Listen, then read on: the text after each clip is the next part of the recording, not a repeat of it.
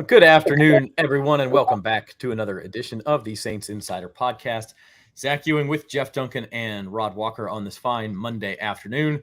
Luke Johnson's not with us today. He is otherwise occupied working on some season preview stuff that I think you guys will really enjoy. That'll be ready. I think by our next show on Friday, we should have that ready. He's working on a big Derek Carr feature, so that'll be good stuff. In the meantime, we are here to celebrate the end of the preseason. I know that there's been some underhanded, maybe not so underhanded comments on Twitter about how great it is that is over. Now we've got roster cuts coming tomorrow, but Jeff, Rod, the preseason ends kind of with a whimper. Like that third preseason game, you just aren't going to learn much, especially a veteran team like the Saints. We talked about it last week. They're not going to play the guys who are going to play in the regular season. They sat 33 guys yesterday, and those are the guys who are going to see 90% of the playing time once the regular season starts. Yeah, I think they were just trying to get through that thing last night and not get anybody that they want to retain injured. And for the most part, I think they did that. You know, they got to look at a few players that they probably needed more evaluation on. Guys like Jimmy Graham, I think Jontre Kirkland, some of the defensive backs, probably Shaq Davis and A.T. Perry. Trying to fill those final roster spots. But I really think for the most part, as we talked about last week, and I think Rod would probably agree, this has not been as difficult a roster pare down as I've seen in past years, just because I think this team is pretty deep. And so really it's going to be hard for some of these undrafted free agents to break in on this roster because of that depth. Yeah, I agree with Jeff on that. I know when we did our predictions on last week, for me, it came down to, 4 guys from 2 spots, basically. I thought everything else was pretty settled, and that's why I think we saw what we saw last night. So many guys were resting with 30-something guys, I guess, that didn't play. Some of the key names that did play, Jeff mentioned Jimmy Graham, Alontae Taylor played, last night. He played last night, but for the most part, it was a lot of backups playing, and kind of a hard game to sit through. The game took forever. Rod, we're losing your audio just a bit there, kind of fading in and out. So we'll see if maybe you can move closer to that mic or get something else. I think we caught most of what you were saying, but yeah, I mean, look, it's we're going to show it in a few minutes, but you guys both kind of have your 10 final roster picks, and they're really similar to each other. I mean, I think there's like 2 differences. So Jeff, to your point, it's like, we're talking about the 52nd and 53rd man. This cut down is a little more complicated because you'll have Alvin Kamara's suspension. Maybe we get news of Marcus May being suspended by the time rosters are cut down. I guess we're running out of time. We're 24 hours away now. But, other than that, there aren't a whole lot of variables. The kicker we talked about during the postgame show last night, the kicker is probably the highest profile one. Yeah, and look, I think the Saints are in good shape at kicker. I think they've got 2 guys that can kick in the NFL, and the decision really comes down to who they feel most comfortable with. And in the end, just knowing Dennis Allen, he's a Texas guy, true and true. He's a defensive-minded guy. He's conservative by nature.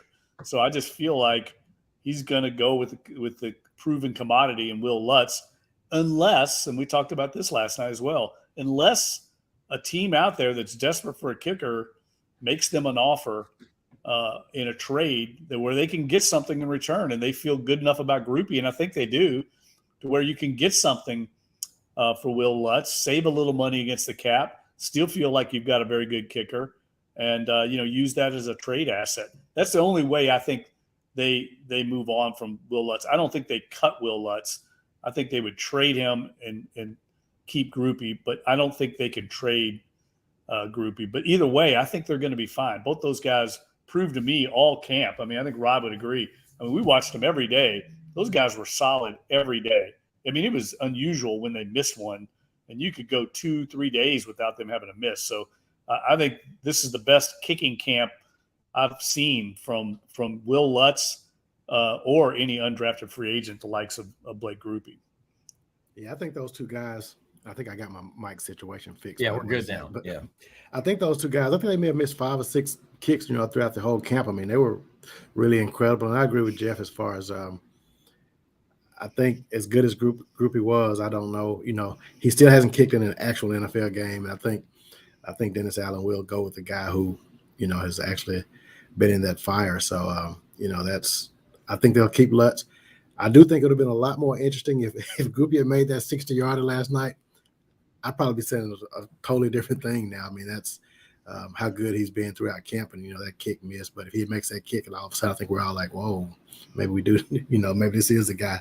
But so yeah, it's gonna be interesting to see. Both of those guys were surrounded by cameras in the locker room last night, and I know since I've been covering the team, I've never seen the last preseason game, and most of the media attention was on the 2 kickers. So that tells you about how that battle's been throughout camp. Here's an idea from Stussy. Any chance Groupie develops a hamstring injury and gets stashed on IR? The Saints don't usually play things that way. I will say it's interesting. You mentioned that 60-yard attempt. No one's going to say this competition ought to come down to 1 kick, but it was interesting that they gave him the chance. I mean, the game situation, they were down 4 with 5 minutes left. It didn't make a ton of sense to kick there if that wasn't the case, that you were just, hey, Blake, let's go see what you got. Yeah, and I think that may not even been for just the Saints. I mean, I think that was a chance to let him audition for 31 other teams in the NFL. He makes that, and I still think he's going to get picked up. I mean, you and I were talking yesterday. I think the Tennessee Titans don't even have a kicker right now. I saw somebody else just let their kicker go today. So, I mean, there are going to be some opportunities out there for either one of those guys. But again, I think that guy will be Blake Groupie as far as the guy they'll end up letting go. Yeah, look, Will Lutz has got a little bit stronger leg than Groupie, but that doesn't mean Groupie couldn't develop and strengthen his leg over time, just with natural maturation, being in an NFL strength and conditioning program. Over time, he may lengthen that, but for the most part, you're not kicking too many 60-yarders in the NFL. I mean, there's maybe a dozen of those in the whole league all year. So really what it comes down to is how consistent you are on those day in and day out kicks, the 35 to 50 yarders that you make your bread and butter on. And so that doesn't bother me that much that he missed it. If he had made it, I think it would have certainly opened more eyes. But I do think his kickoffs, they're a little shorter than Will Lutz. Will Lutz just has a little bit stronger leg, and I think that's also going to factor in to that evaluation. But man, I don't think they can go wrong either way. I mean, I think both these guys, and to the reader's point, think about it this way from Blake Groupie's point of view and from his agent's point of view. They're not going to want to go on IR without having signed a contract yet. I mean, they're going to want to kick in the NFL and make a base salary of an NFL player. That wouldn't be the case if he got put on IR right now in camp. So he'd have to really be doing the Saints a favor to do something like that when he knows if he gets released here in the next 48 hours, he can word's probably already getting to his agent that there's interest around the league, and they're going to want to go play and kick it at an NFL level and move on with their careers. So I think that's a low likelihood. You're doing good when you got fans wanting to find a way to save 2 kickers, though, right? Yeah, no doubt. Well, and to that point, I mean, the fact that we're spending this long on the kicker, and if you want to hear more, check out the Saints Insider postgame show last night, same YouTube channel, and subscribe to that channel, by the way, and hit notifications. You get all the times that we have videos posted. But the fact that we're talking this much about the kicker battle goes to show you that the rest of the roster is pretty well set. And just to hit on a couple of the other high points from last night, Jimmy Graham was a question mark. In some ways may still be a question mark. That health/legal situation in California, still some unanswered questions there. But he looked good last night. I mean, look, he caught a contested 25-yard catch from Jameis Winston that kind of rattled around and was your classic Jimmy Graham, like, you're too small. And then he did the same thing a couple plays later on the touchdown. You're too small. I'm going to take that ball, and makes your quarterback look good, gets plays for your team, gets points for your team, and first downs for your team when another player can't. So he really secured his roster spot, I think. And we were talking, Dunk, it was good to have that just from a storyline perspective, because otherwise that game last night had nothing. Yeah, look, and I think you have to give Jameis Winston credit for some of those plays because Jameis, he'll, for better or worse, he's going to put the ball out there and take chances, and he did that on both those plays. But he also read the matchup where Jimmy Graham, he just studied physics, right? He said, "I've got a 6'7" guy out there with a 6'1" guy on him. I'm putting it up there and let my guy make a play," and that's what a really good quarterback does. And he put the ball in a position up high for Jimmy Graham to go make a play, and both times he did. Those are trademark Jimmy Graham plays, and I didn't think you could see that from him at this age. I mean, he's going to be 37 in November. He's the oldest player on the roster. For him to still have that kind of speed and athletic ability, it's pretty impressive. But I also thought, we're overlooking Jameis on that drive because he was really good on that drive and recognizing those matchups. Yeah, Stussy says he doesn't think Jimmy can dunk over the crossbar. We saw him do it in practice last week, though. He still can. I think, Rod, if he scores a regular season touchdown, Rod, we're definitely getting the full dunk. You got to think. Yeah, I guess somebody's got to pay the fine for him, or he's got to pay a fine, I guess, because the NFL doesn't allow that anymore. But yeah, I mean, we'll see it. And Jim is a guy who I didn't really have him on the bubble quite as much as maybe other people did. Obviously, his incident sort of made you wonder, how this is going to play out. But I thought that he was on this team anyway, and I think I think Juwan Johnson, Foster Moreau, and Jimmy Graham will be the three tight ends. I thought Lucas Kroll is a guy who, I think some of us thought he had an outside chance, but I don't think he did enough last night to warrant a spot. I mean, he threw him a lot of passes, and he caught maybe half of them. It just wasn't really a good night for him. I didn't feel like. Yeah, don't forget Taysom Hill there in the tight end room. Yeah. They got four pretty good ones. I think the tight end went from a weakness in the offseason to a team strength, and guys that can do a lot of different things and have different strengths.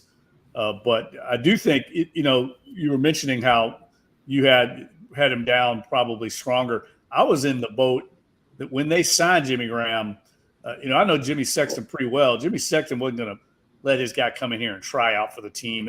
That wasn't going to happen. I mean, at his age, I think he and Mickey Loomis probably had like a gentleman's agreement. But when this thing happened out in Orange County with Newport Beach, that threw everything up in the air. So I think he went from being a complete lock to, hey, what's going on here? This was a weird, bizarre incident. Jimmy Graham was embarrassed by it. So that changed his roster status. And I don't even know if he'd have played last night if that incident didn't happen.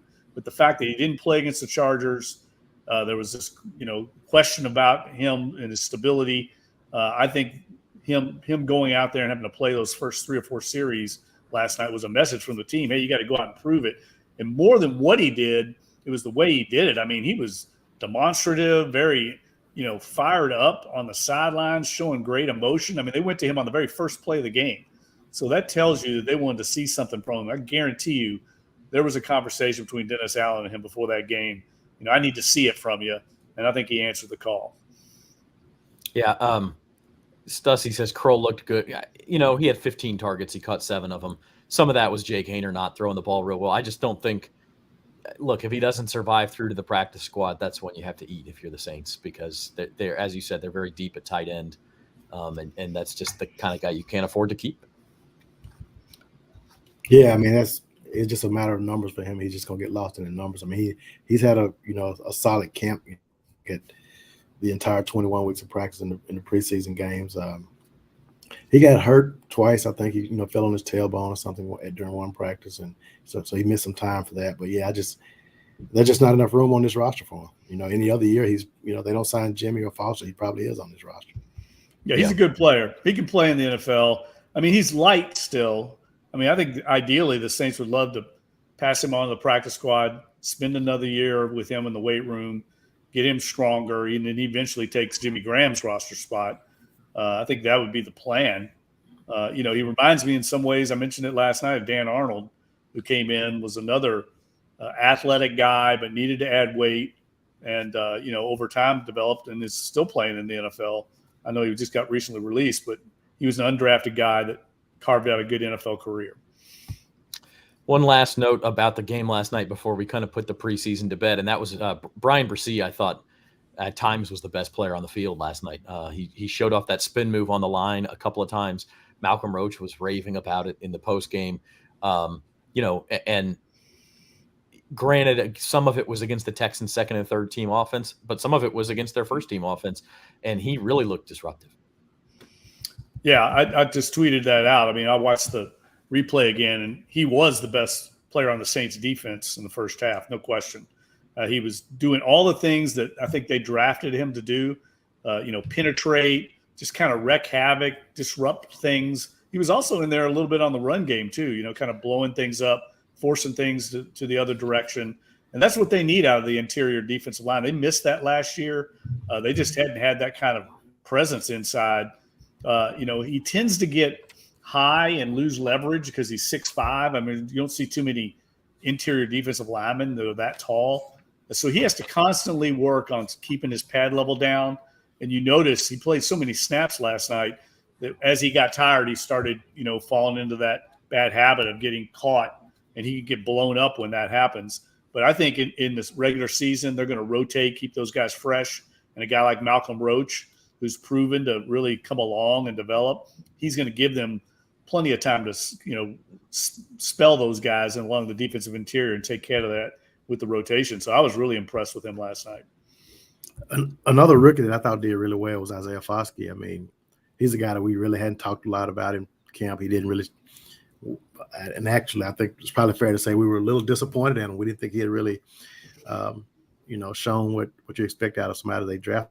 I thought he played well last night, and, he's a guy they won't need to rely on him much at all this year. I mean, but, he's a guy that, you see some promise and some upside that you want to see from a guy like that. So I thought that was impressive. And before we put last night to bed, I got to comment on the penalties, man, because I know last week I was really down on how many penalties this team had. They was like 22 penalties in the first two games. And last night they only had 2, and one was on a kickoff return. So, I mean, credit to Dennis Allen for getting that cleaned up, because I thought that was could be a big deal going into this season and something that could really hurt this team. But we'll see if that carries over into the regular season, where they clean them up and have a game as solid as they did last night as far as penalties. Lloyd asks if the run defense prepared to stop Derrick Henry. We're getting into the Titans game probably next week. Certainly, on paper, it's a tough matchup for the Saints, though. I mean, Derrick Henry, Tyjae Spears from Tulane's had a good preseason down there. They will have to be prepared to stop the run as we talk about that defensive line, something they struggled with last year. But for today, we will let's move on to roster cuts, because we're, as I mentioned, a little less than 24 hours away now from the deadline for cutting that roster down to 53 men. And as we said, guys, look, I'm going to squeeze us here so I can fit this other graphic on. So here's what we have for locks. And this is what the two of you and Luke came up with. Basically 43 guys. I put an asterisk by 43 because Alvin Kamara isn't going to count against that total. There's actually 44 names here, but since Kamara will be suspended, you'll have another body.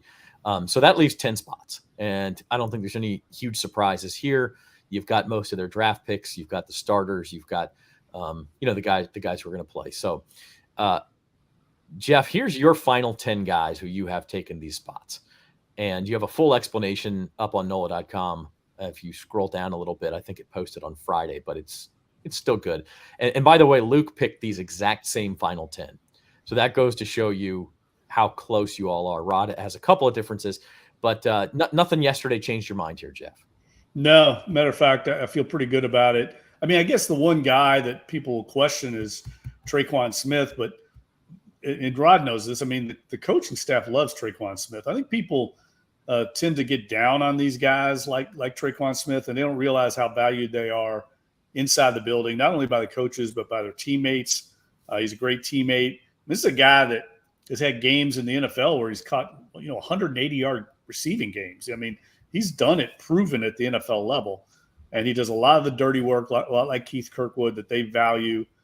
So I think he makes the team. Dennis Allen talked about him saying he's close to getting back. He's got 2 more weeks. So I think they've just been trying to make sure he's right for week 1. They know what they got in Traquan Smith. So the one guy I would say is a question on there might be one of those DBs, Amadi or Howden or Lonnie Johnson, if they decide to keep another linebacker. And that would be based strictly on who's going to help us most on special teams. And that's the only question I would have among those 10 guys. So you take a look at Duncan's final 10, and Rod, I think the only differences here are you take out A.T. Perry and DeMarco Jackson and put in Shaq Davis and Nefi Sewell.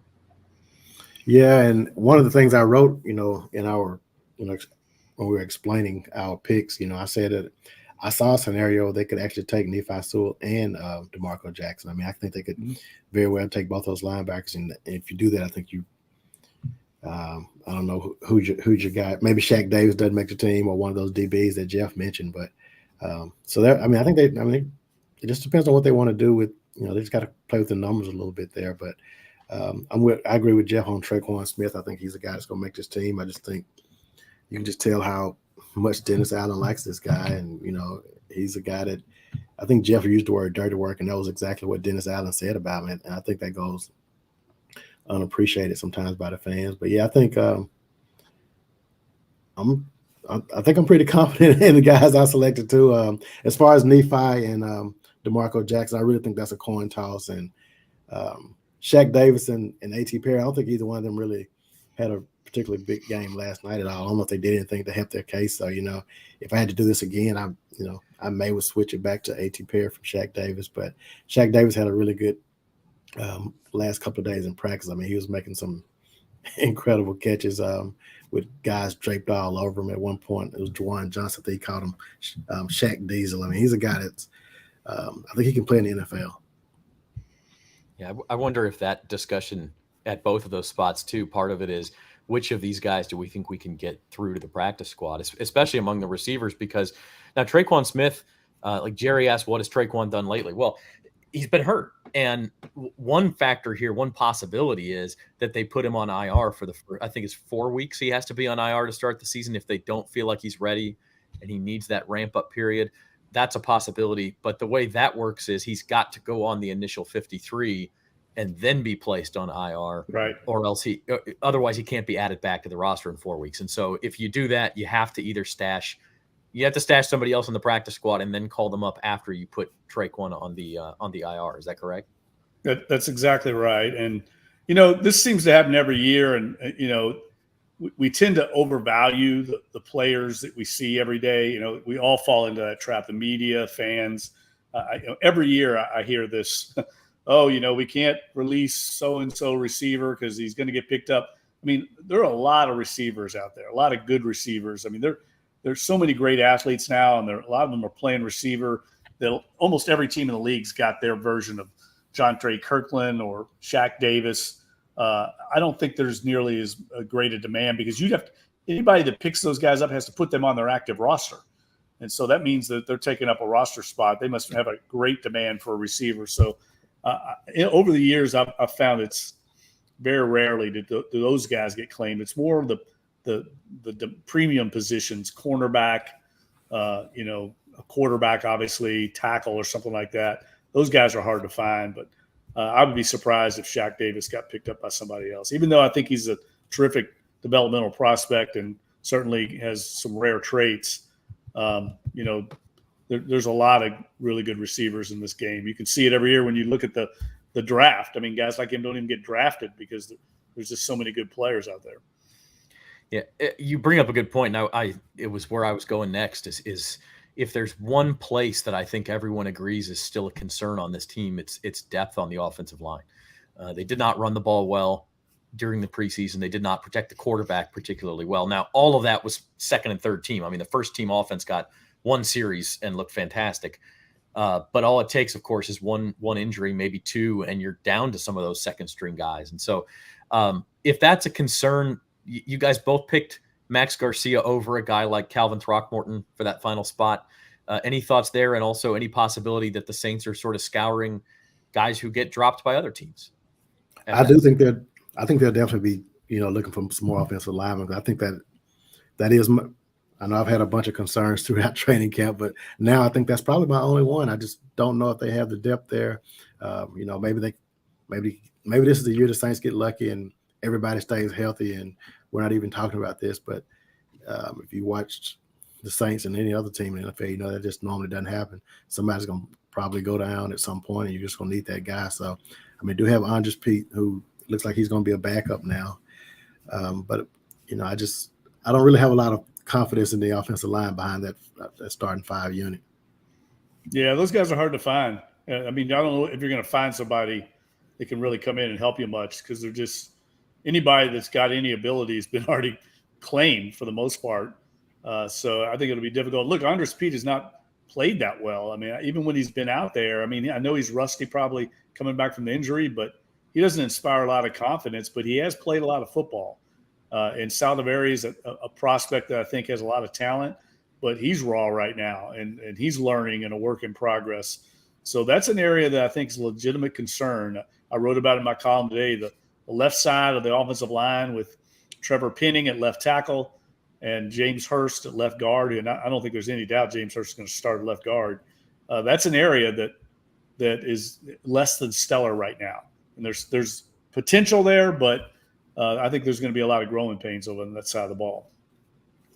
They tried to address some of these issues. They went out and got Trey Turner, early in camp, and he ended up getting hurt, a few days later. So, I mean, there's a concern, and they know that they need to get better there as far as depth anyway. And again, if they stay healthy, we won't even be talking about this maybe, but I don't like the chance of that happening. And look, that I was shocked. I mean, when I was driving home from the game last night, I was listening to WWL. My boy Bobby Hebert was the one that first kind of brought to my attention the rushing numbers and how low they are. And I thought, well, it's preseason. They haven't played Alvin Kamara in the starting line. So it's hard to get overexcited about or over concerned about it.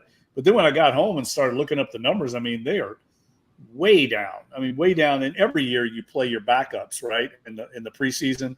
And they've never had a year with rushing numbers this low. And after watching again the tape of the game last night, I mean, their run blocking leaves a lot to be desired. And that's mainly the backups. I get that. But the fact is, when you compare apples to apples to past years, it's the lowest rushing totals they've had all the way back to before 2000. So I think it's definitely something to at least keep an eye on, if nothing else. Yeah, I know at one point in the game last night, they showed the halftime stats on the big screen, and I think the Saints were averaging like 1.8 yards per carry. I think they ended up getting the number up a little bit in the second half. But, yeah, I mean, it's definitely something to keep an eye on. You take out that Jake Haener scramble for, I think it was 26 yards, and their final numbers would have been real ugly.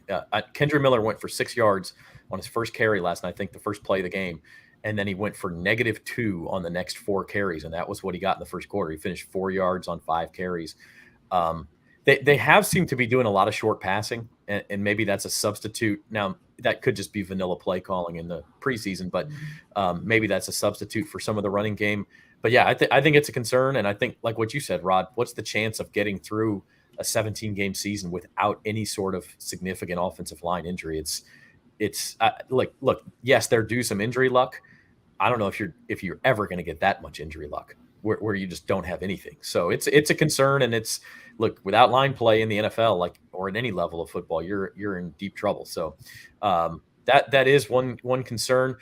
Kevin says, will it be Lutz or Groupie? We talked about that a little bit. We think probably Lutz, just because he didn't do anything to lose the job, and it was his job. And Dennis Allen's going to stick with the guy he knows can do it on the big stage, and also kickoff ability. Jeff, you mentioned his leg strength, so we're checking out that. Here's what's coming the rest of the week. Cut down day tomorrow. The deadline's 3:00. We'll probably get some news of guys being cut before that, possibly even as early as this afternoon. And then probably the last few names will trickle in after 3:00 tomorrow, but we will know the 53-man roster. And then we'll move on from there. The Saints will be kind of in regular season mode. We'll be back with you on the Saints Insider podcast on this feed on Friday. Luke will be back with Rod and Jeff and myself. And then we're going to be basically in regular season mode, guys. Finally. Gosh, bring it on, man. It's hard to – I would say this. The Saints have had – Rod wrote a great column about – they had about as good a preseason as you could hope for this year. I mean, very few really no serious injuries to key players. I mean, they're going to go into that opener just about at full strength, other than the suspensions that could be looming with Kamara and Marcus May. But otherwise, you have to feel good about things. I mean, I went back and watched that first drive again, the first team offense against the Chiefs, and it was a thing of beauty. I mean, it was so good. We haven't seen that group since that first drive. I think they've had 31 offensive series, and that group's played one of those 31. So that tells you how good they feel about the team. And I think it's also kind of eye-opening that the only real moves they felt they needed to make in camp were to try and get the number 3 running back, Darrell Williams, and Jalen Smith as their off-ball backup linebacker. He's not going to play very many snaps. If you feel that good about your roster, that those are your main concerns, your third or fourth linebacker and your third running back, you're in pretty good shape on your roster. All right, so we will wrap things up here on Friday. We'll have a little fun. We'll talk I think we're actually going to get some college football predictions in on Friday just to mix things up with the college season starting Labor Day weekend. And then we'll do our league-wide projections and get into Saints Titans next week. So lots of fun to come on the Saints Insider podcast. Hit the like button, subscribe to the YouTube channel, the Saints on NOLA.com YouTube channel, and check out our season preview. It's our first story. It's what Luke's not here. He's working on it. It's going to be fantastic. I've seen a rough draft of it. Big feature on Derek Carr coming Thursday, and more stories to come from these gentlemen as well. So until then, for Rod Walker and Jeff Duncan, I'm Zach Ewing. Thanks for watching the Saints Insider podcast.